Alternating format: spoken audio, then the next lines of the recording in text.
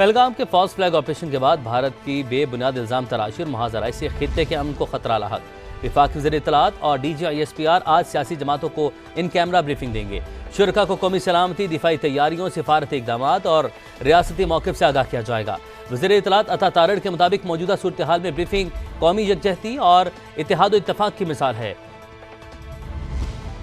دیکھیں، جو آج کی بریفنگ ہے وہ سول اور عسکری ترجمان جو ہے اس کی جانب سے سیاسی جماعتوں کو دی جائے گی۔ اس کا مقصد یہ ہے، قومی یکجہتی تو پہلے سے ہی ہے۔ جس دن یہ فالس فلیگ آپریشن ہوا تھا اس کے بعد قومی سلامتی کمیٹی کا باقاعدہ طور پر اجلاس ہوا اور اس کے بعد سینٹ آف پاکستان سے ایک جوائنٹ ریزولوشن آ چکی ہے۔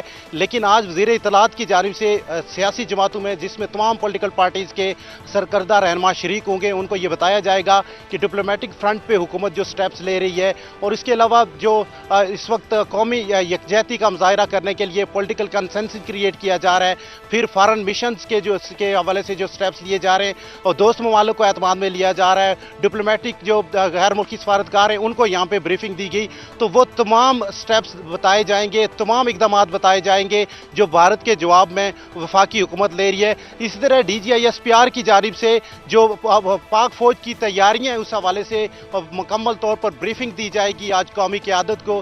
بنیادی مقصد یہ ہے کہ قومی اتحاد پیدا کیا جائے اور جو پولیٹیکل پارٹیز ہیں ان کو ان کے سوالوں کے جواب بھی دیے جائیں گے۔ D G I S P R بھی سوالوں کے براہ راست جواب دیں گے، جبکہ وفاقی وزیر اطلاعات عطا تارڑ بھی وہاں پہ موجود ہوں گے۔ پہلے بریفنگ دی جائے گی۔